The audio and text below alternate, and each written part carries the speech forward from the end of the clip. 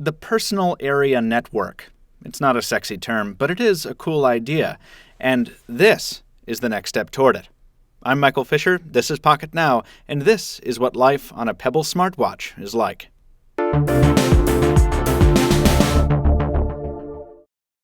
By now you've heard about Pebble, and if you haven't, you should read our editorials about the little device and the company behind it at Pocketnow.com. And while you're at it, you should follow us, because that's a cool thing to do.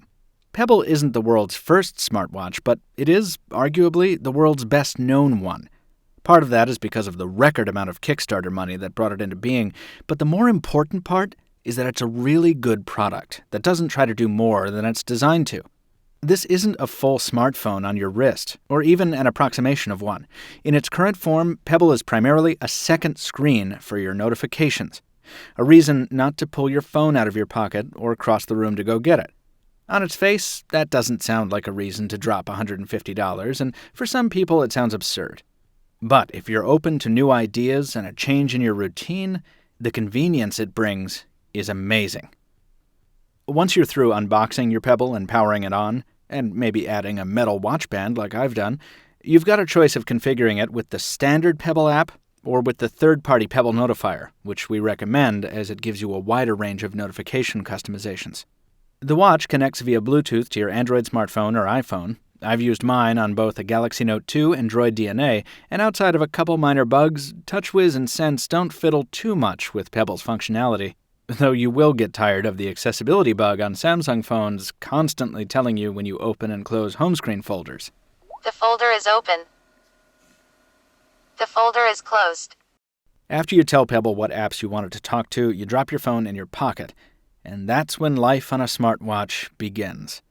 Pebble doesn't have a speaker, so the notifications it delivers are vibrations right to your wrist.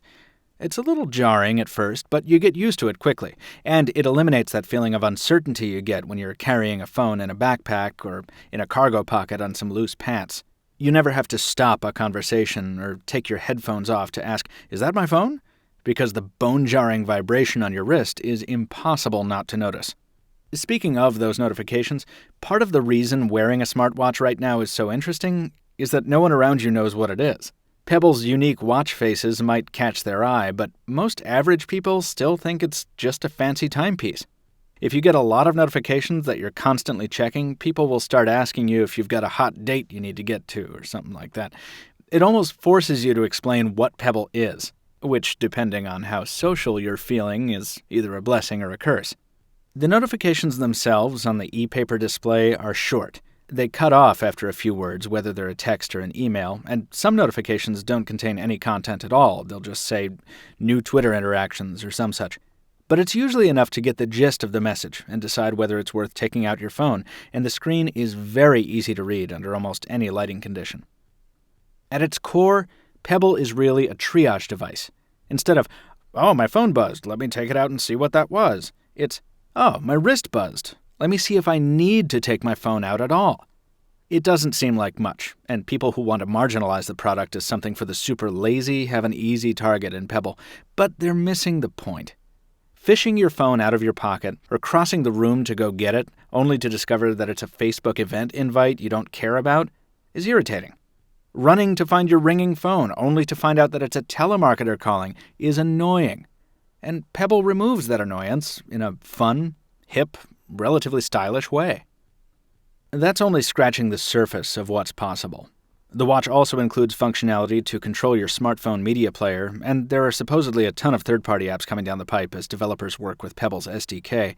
But for now, the shortcomings, like not being able to read full messages, lack of an aggregated notification area, and a minor bug here and there, are nowhere near enough to overcome the added convenience Pebble brings. Plus, especially if you're a tech geek, it's just cool. Again, Pebble's concept is not a complicated one. It's a wrist-based extension of your smartphone. But in that simplicity, it's amazing. By not trying to do more than it can, by not overextending itself, it delivers an excellent experience. It's better to do a handful of things well than to do many things poorly, a lesson Pebble clearly understands. We'll doubtless see more features creep into future Pebbles, but this version is so good, and its potential is so vast, that we think it's the first concrete indication that wearable technology doesn't just have to be a fad. It can be practical, it can be useful, and it can be the future. That's it for this time, folks. Thank you for watching. Subscribe in all the usual places, follow us on all the social networks, and stay tuned for a lot more from Pocketnow. Thanks again for watching. We'll see you next time.